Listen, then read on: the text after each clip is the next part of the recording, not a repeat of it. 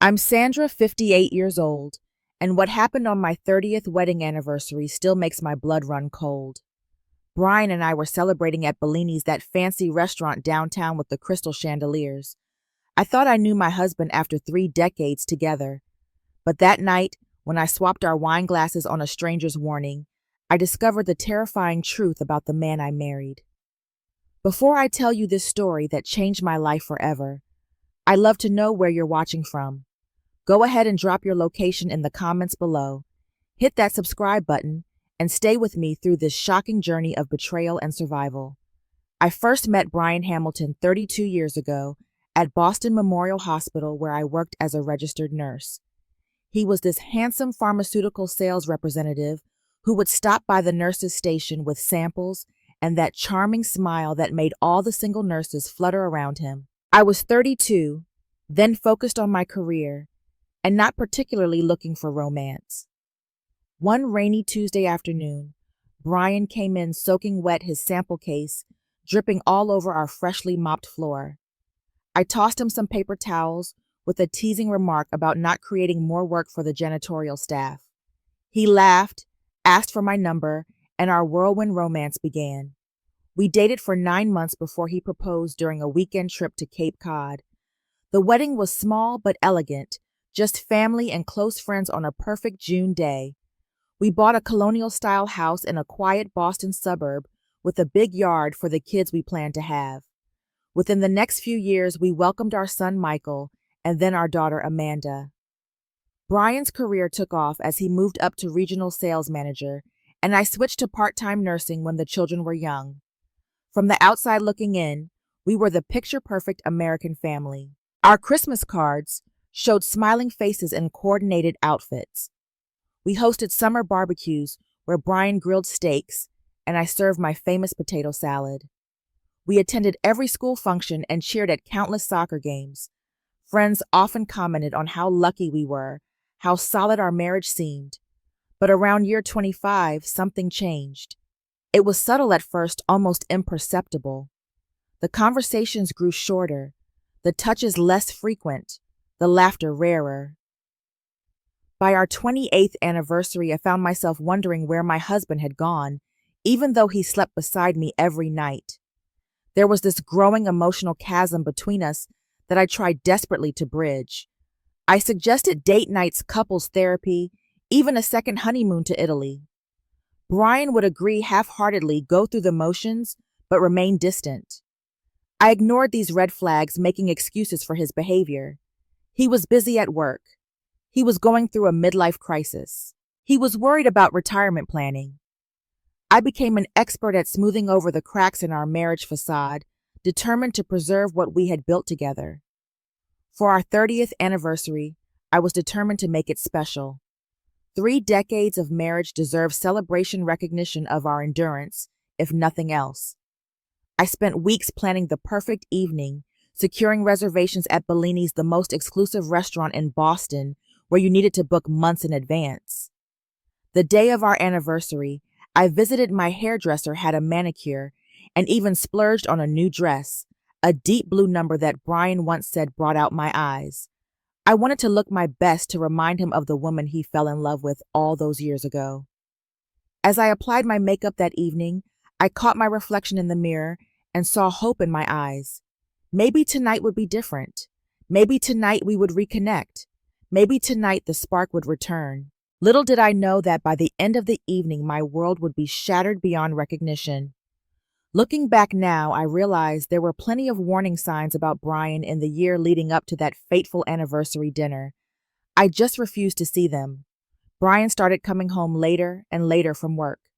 At first, it was 7 o'clock, then 8, then sometimes not until after 10.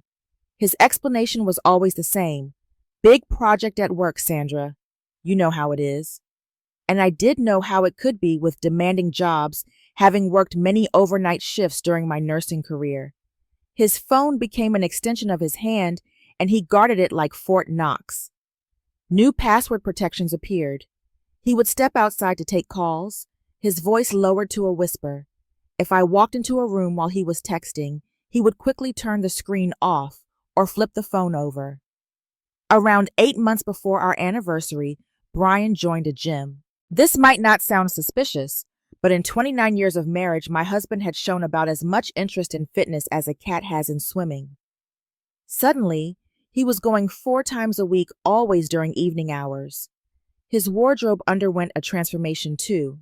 New suits, designer shirts, expensive watches. When I commented on one particularly costly purchase, he brushed it off with, "I need to look the part for my clients, honey." Then came the new cologne. Brian had worn the same cologne since I met him, a woody scent I bought him every Christmas. Without warning, he switched to something much stronger and more expensive. When I asked about it, he said his administrative assistant had given it to him as a gift, and he didn't want to hurt her feelings by not wearing it. Our intimate life, which had already been dwindling, became almost non-existent. If I initiated, there was always an excuse: too tired, early meeting, headache. The emotional connection seemed to be fading too. Our conversations revolved around logistics and schedules rather than feelings or dreams. One day, while looking for a receipt for tax purposes, I found one from a jewelry store for a diamond bracelet purchased 2 months earlier. My birthday had come and gone with only a grocery store bouquet. Our anniversary was still months away. I never received a diamond bracelet. When I casually mentioned finding the receipt, Brian became defensive, then claimed it was for his mother's birthday. I knew his mother's birthday was in October, not February when the purchase was made, but I swallowed my suspicions, not ready to face what they might mean. My best friend Janet noticed the changes in Brian even before I admitted them to myself. During our monthly lunch, she gently suggested that his behavior followed the classic pattern of infidelity. I became angry, defending Brian, and our marriage, insisting she was seeing problems that weren't there. But Janet's words planted a seed of doubt that grew despite my efforts to uproot it. I found myself doing something I never thought I would, checking our credit card statements online while Brian was showering. That's when I discovered charges at a hotel in the next town over on days Brian claimed to be working late or at the gym. Even with this evidence staring me in the face, I created elaborate alternative explanations. Perhaps he was meeting clients there. Maybe the company was renovating conference rooms and needed alternative meeting spaces. The human mind is remarkably creative when it's trying to avoid pain. By the time our 30th anniversary approached, I had spent months alternating between suspicion and denial. Despite everything, I still hoped our anniversary dinner might be the turning point, the opportunity to clear the air and find our way back to each other. I wanted to believe that Brian was just going through a phase, that whatever was happening could be fixed if we just tried hard enough. 30 years is a long time to share your life with someone. I wasn't ready to accept that it might all be built on quicksand. The night of our anniversary arrived with clear skies and a gentle spring breeze. Bellini's was everything I had hoped for, with its soft lighting, elegant decor, and atmosphere of sophisticated intimacy. The maitre d' greeted us by name and led us to a corner table adorned with a single red rose in a crystal vase. I had spent hours preparing for this evening, selecting my outfit with care. The deep blue dress hugged my figure, complemented by the pearl necklace Brian had given me on our 20th anniversary. My silver-streaked blonde hair was styled in soft waves, and I had applied my makeup carefully, trying to minimize the worry lines that had deepened over recent months. Brian looked handsome in his charcoal gray suit and burgundy tie. He had trimmed his salt and pepper beard and applied that new cologne that still smelled foreign to me. As we settled into our seats, I noticed his hands trembling slightly as he adjusted his tie. I tried to catch his eye to establish that connection we once had, where a single glance could communicate paragraphs of understanding between us. But Brian seemed determined to look anywhere but directly at me. His eyes darted around the restaurant, checking his watch, glancing at the entrance. The waiter approached with menus and a practiced smile. "Good evening, Mr. and Mrs. Hamilton. May I start you with something from the bar?" Before I could respond, Brian interjected. "Actually, I took the liberty of pre-ordering a special bottle of wine for our anniversary, Chateau Margaux 2010, if you could bring that now." I raised an eyebrow, surprised at his initiative and the expense. A bottle like that would cost hundreds of dollars. Brian had been complaining about finances recently, suggesting we cut back on discretionary spending. As the waiter departed, I attempted to spark conversation. This place is beautiful. The reviews didn't do it justice. Brian nodded, his attention focused on his phone beneath the table. Yeah, it's nice. 30 years, Brian. Can you believe it? I reached across the table to touch his hand, but he withdrew it to check his watch again. Time flies, he muttered.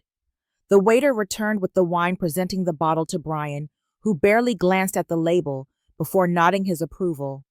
I watched as the waiter performed the opening ritual, offering Brian the cork to sniff and a small pour to taste. Would you like me to pour for the lady? The waiter asked after Brian approved. No, Brian replied too quickly. I'll take care of that, thank you. This struck me as odd. Brian usually preferred the staff to handle such things at fine restaurants. I observed him carefully as he poured the deep red liquid into my glass first, then his own. He seemed unusually focused on the task, making sure my glass received a more generous pour. To 30 years, he said, raising his glass but not meeting my eyes. I lifted my glass, studying the wine's rich color. To 30 more. Brian's smile tightened at my words. He took a small sip from his glass, then watched intently as I brought mine to my lips. I pretended to take a sip, but actually let only a drop touch my tongue. Something about his eagerness made me uneasy. Our conversation through the appetizer course was painfully superficial. Brian spoke about the weather, a new restaurant opening across town, and a movie he'd heard about but hadn't seen. Not once did he mention our marriage, our history together, or even our children. It felt like dining with a distant acquaintance rather than my husband of 30 years. Every few minutes his phone would light up with notifications, and his eyes would dart down to check them. Each time the corner of his mouth would twitch with what looked like impatience. By the time our main courses arrived, I felt a profound sense of disappointment settling over me. This wasn't the reconnection I had hoped for. It wasn't even a pleasant meal between old friends. There was something unsettling about Brian's behavior that I couldn't quite identify. I need to use the restroom, I said, placing my napkin beside my barely touched salmon. Brian looked up, suddenly alert. Your wine will get warm. Make sure you finish it before you go. The strange comment hung in the air between us.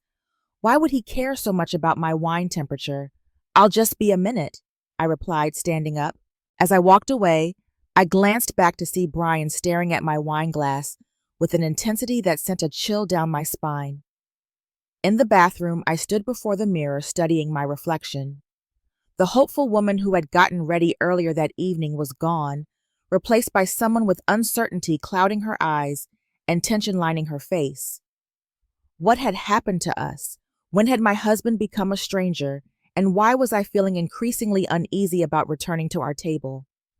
Little did I know that my trip to the restroom would be the moment everything changed, the pivot point where my life would split into before and after. As I exited the restroom, adjusting my dress, and mentally preparing to return to our uncomfortable dinner, a woman approached me from the side. She was elegantly dressed in a black pantsuit, perhaps 40 years old, with intelligent eyes that held a sense of urgency. Mrs. Hamilton, she said quietly, stepping close to me in the dimly lit hallway. I stopped, surprised that a stranger knew my name. Yes. She glanced around quickly to ensure we were alone, then leaned in even closer. Your husband put something in your wine glass while you were away. My mind struggled to process her words. Excuse me, I think you must be mistaken. I saw him, she insisted, her voice low but firm. He pulled something from his pocket and dissolved it in your drink. Please be careful. Before I could question her further, a couple emerged from the dining room, and the mysterious woman stepped back, nodding slightly before walking briskly toward the exit. I stood frozen, her warning reverberating in my mind. Who was she? Why would she say such a thing? And most importantly, could it possibly be true? My first instinct was to dismiss it as a bizarre mistake, or perhaps a cruel prank. Brian was my husband of 30 years, the father of my children. Despite our recent problems, the idea that he would drug my drink was unfathomable. Yet something about the woman's intensity, the certainty in her eyes, gave me pause. I recalled Brian's strange insistence on pouring the wine himself, his unusual attention to my glass, his prompting me to finish my drink before leaving the table. I made my way back to our table slowly, my mind racing through possibilities. Perhaps this woman had confused our table with another. Maybe she had mental health issues and was seeing things that weren't real.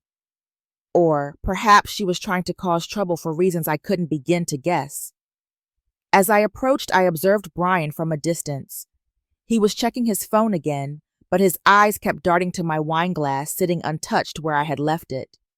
There was something in his expression and anticipation mixed with anxiety that made my stomach tighten. "Sorry that took so long," I said as I returned to my seat, watching his reaction carefully. Brian startled slightly, quickly pocketing his phone. "No problem. Your food is getting cold, though. And your wine." He gestured toward my glass with an odd insistence. I smiled, trying to appear normal, while my heart hammered in my chest. I'm actually not feeling very well suddenly. Maybe the appetizer didn't agree with me. Brian's face fell genuine concern mixing with something else, something that looked strangely like frustration. "You should drink some wine. It might help settle your stomach."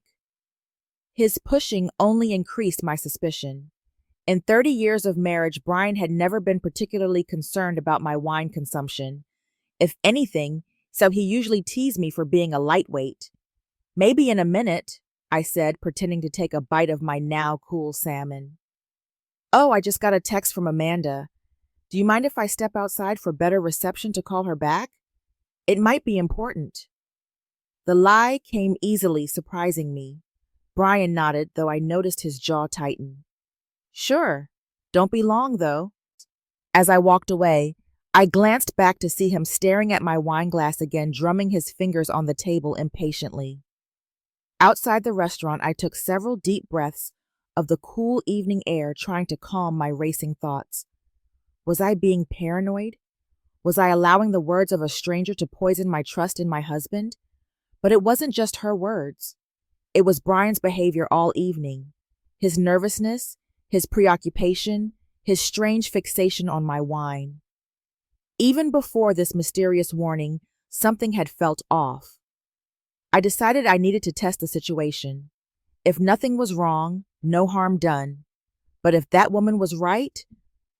I returned to the table with a fabricated story about Amanda having a quick question about her upcoming visit. Brian seemed distracted, barely listening to my explanation. Just then the waiter approached to check on our meals. As Brian turned to speak with him, I made a split-second decision. With a quick motion, I switched our wine glasses, placing his nearly full glass in front of me and my untouched one in front of him. "Everything is excellent," Brian was telling the waiter. "We won't need anything else right now." As the waiter departed, Brian turned back to me, his eyes immediately going to the wine glasses.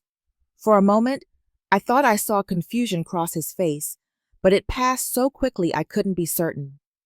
"To us," I said, lifting what had been his glass, watching him carefully.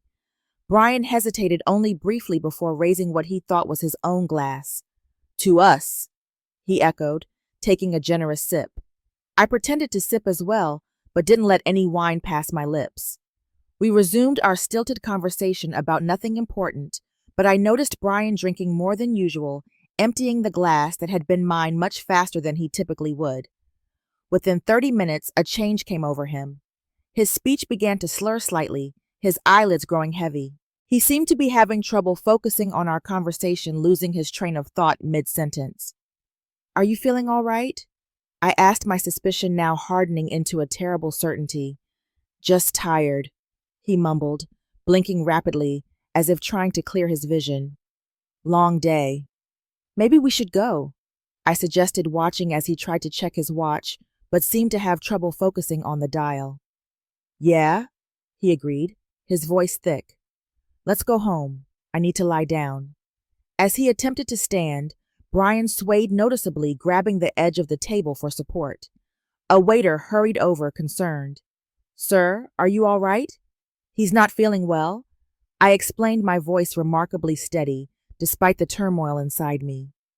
Perhaps too much wine. But I knew it wasn't just the alcohol. One glass of wine, even on an empty stomach, wouldn't affect Brian this way. He had consumed whatever substance he had intended for me.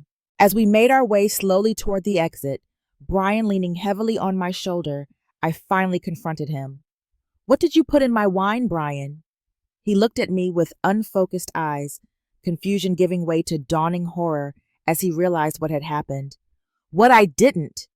Don't lie to me, I said firmly, guiding him to a bench in the restaurant's entryway. A woman saw you, and now you're the one who can barely stand. Brian's face crumpled, the facade finally breaking. You switched the glasses. He slurred, more statement than question. What was it, Brian? What were you trying to do to me? His head lolled slightly as he struggled to maintain consciousness. Just wanted you to sleep. On the way home. Planned it all. A cold fear gripped me. Planned what, Brian? What were you going to do to me? The company. They're investigating. Embezzlement. Millions. Going to find out soon. He mumbled the words, becoming more disjointed. Insurance policy. 2 million. Accident on the way home. Cardiac arrest. Your history of heart palpitations. The pieces fell into place with horrifying clarity. My husband of 30 years had just admitted to attempting to murder me for my life insurance policy to cover up his financial crimes. I stared at the stranger before me, this man I had shared a bed with for 3 decades, the father of my children, and felt the world shift beneath my feet. You were going to kill me, I whispered. Brian's eyes fluttered as he fought against whatever he had put in the wine. No choice. They're closing in. Would have been quick, painless.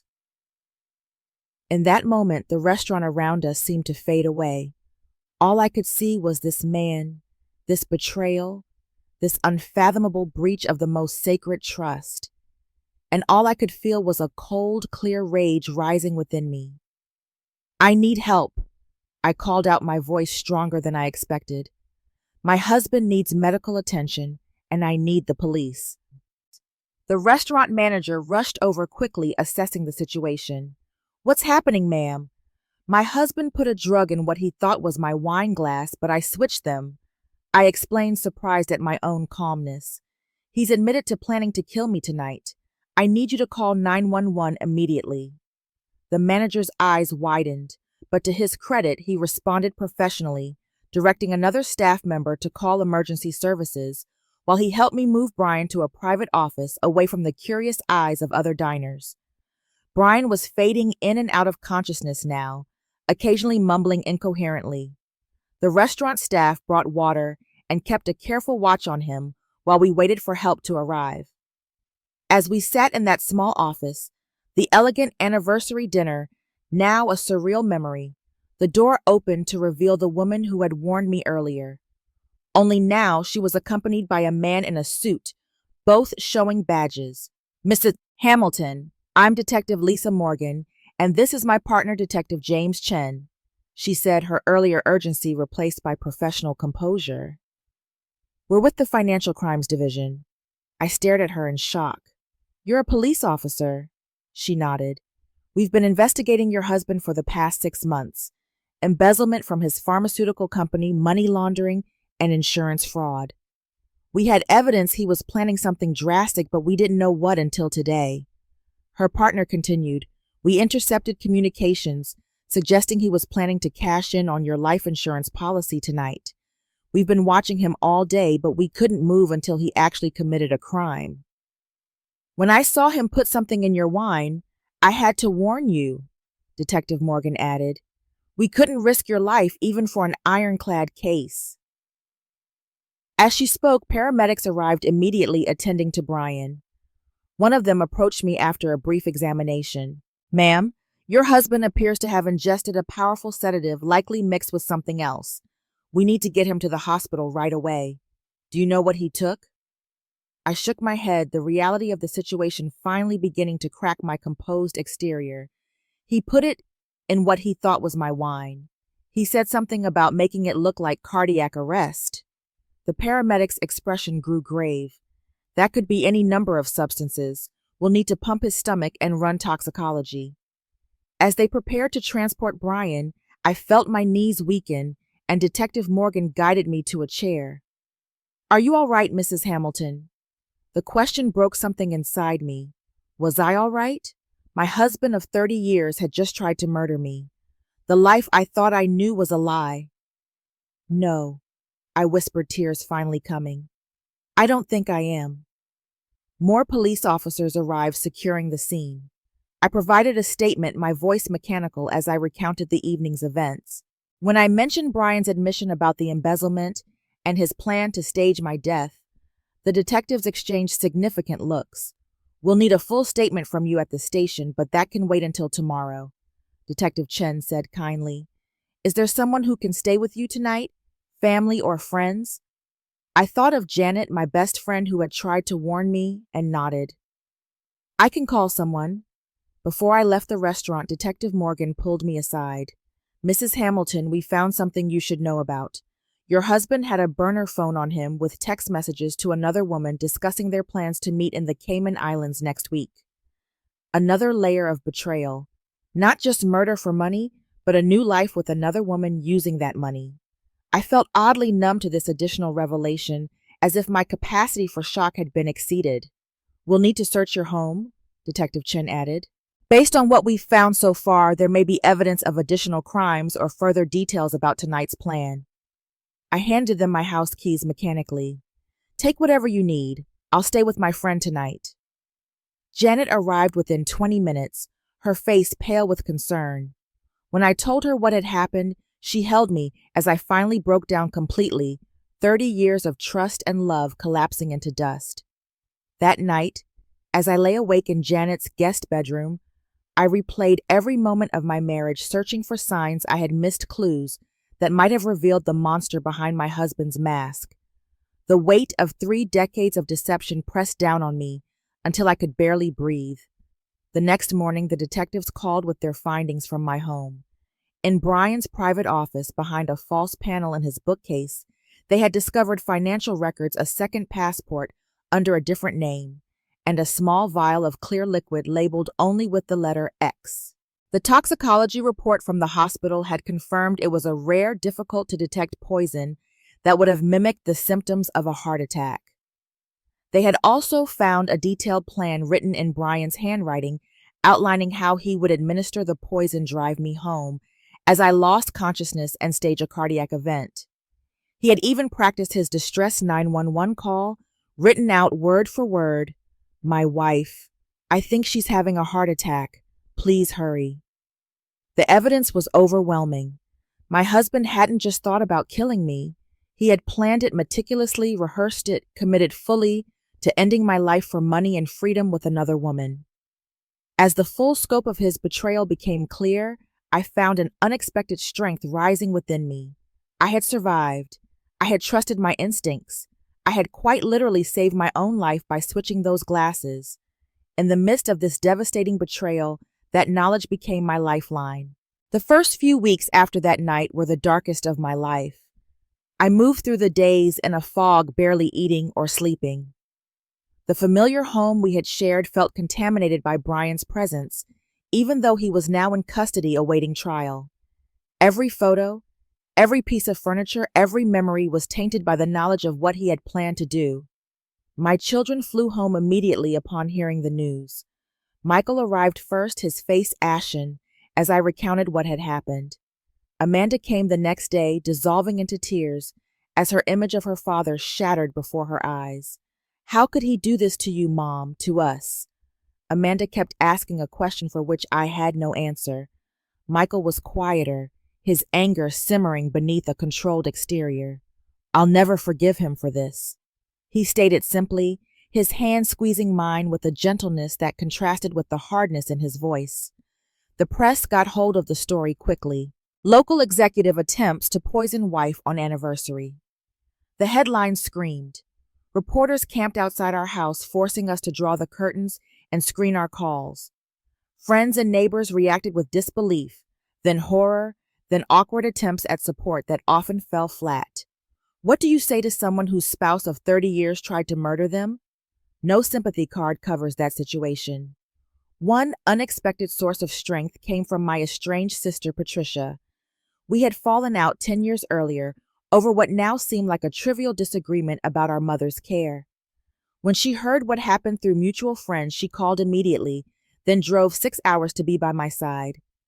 "I'm so sorry, Sandra," she said, simply embracing me at the door. "I'm here now.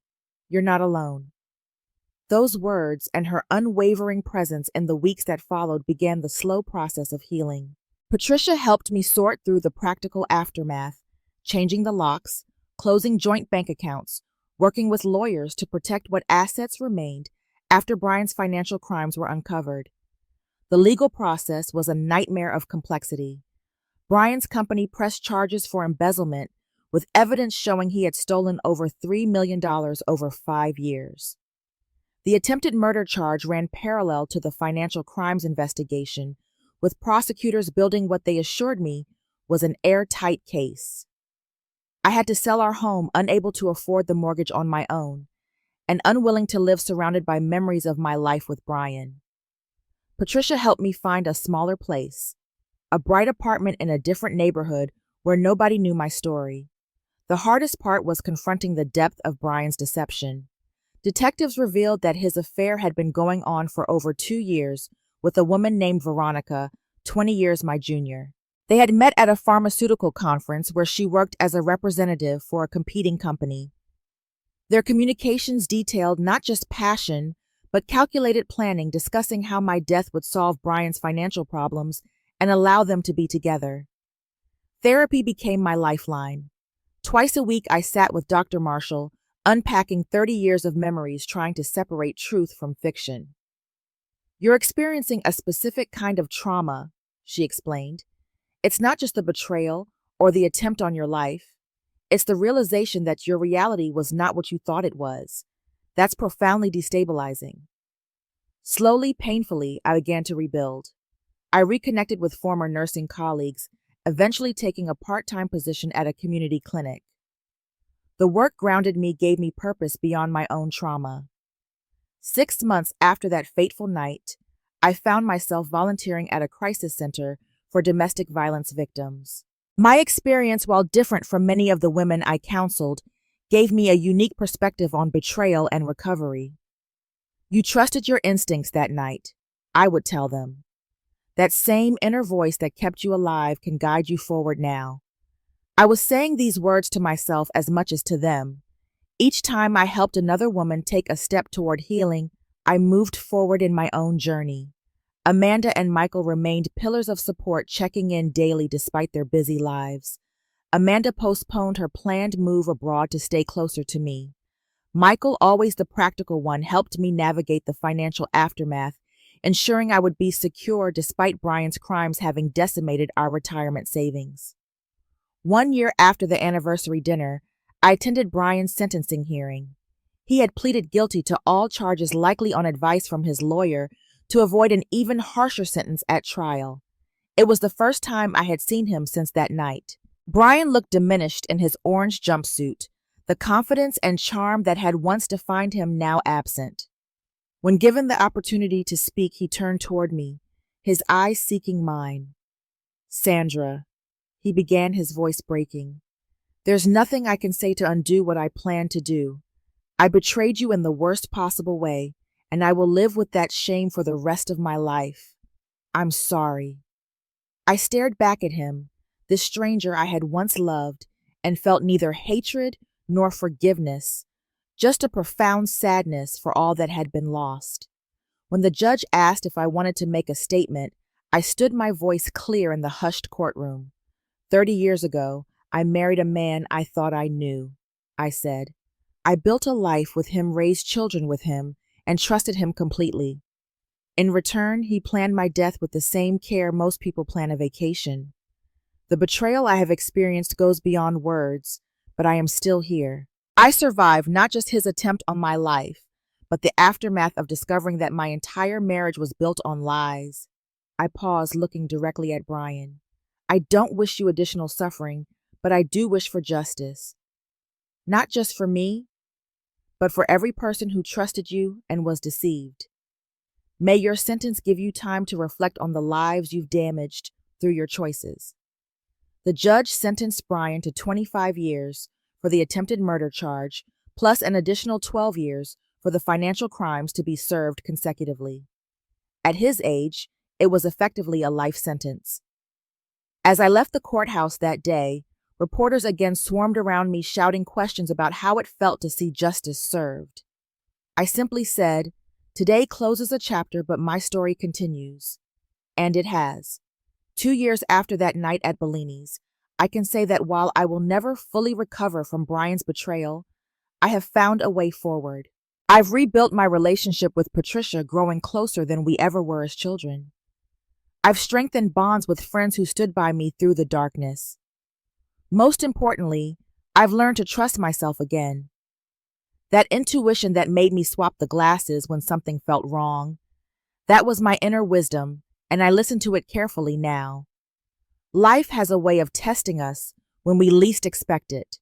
The test isn't the betrayal itself, but how we respond to it, how we rebuild from the ashes of what we thought was true. I could have remained bitter, suspicious, closed off. Instead, I chose to open myself to new possibilities, new connections, new ways of being in the world. Every day is not perfect. I still have moments of anger, of grief for what might have been, but those moments no longer define me. What defines me now is resilience, the ability to face the unthinkable and still find joy, still find purpose, still find reasons to get up each morning and embrace the day. If there's one lesson I would share from my experience, it's this: trust your instincts. That small voice inside that whispers when something isn't right. Listen to it. It might just save your life as it did mine on that anniversary night when I swapped our glasses. Have you ever experienced a moment when your intuition saved you from danger? I'd love to hear about times when your gut feeling protected you from harm. Please share your stories in the comments below. And if my journey has resonated with you in any way, consider subscribing to hear more stories of survival and resilience. Remember to like this video if it moved you and share it with someone who might need to be reminded of their own inner strength. Thank you for listening to my story, and remember, sometimes the most important voice to trust is your own.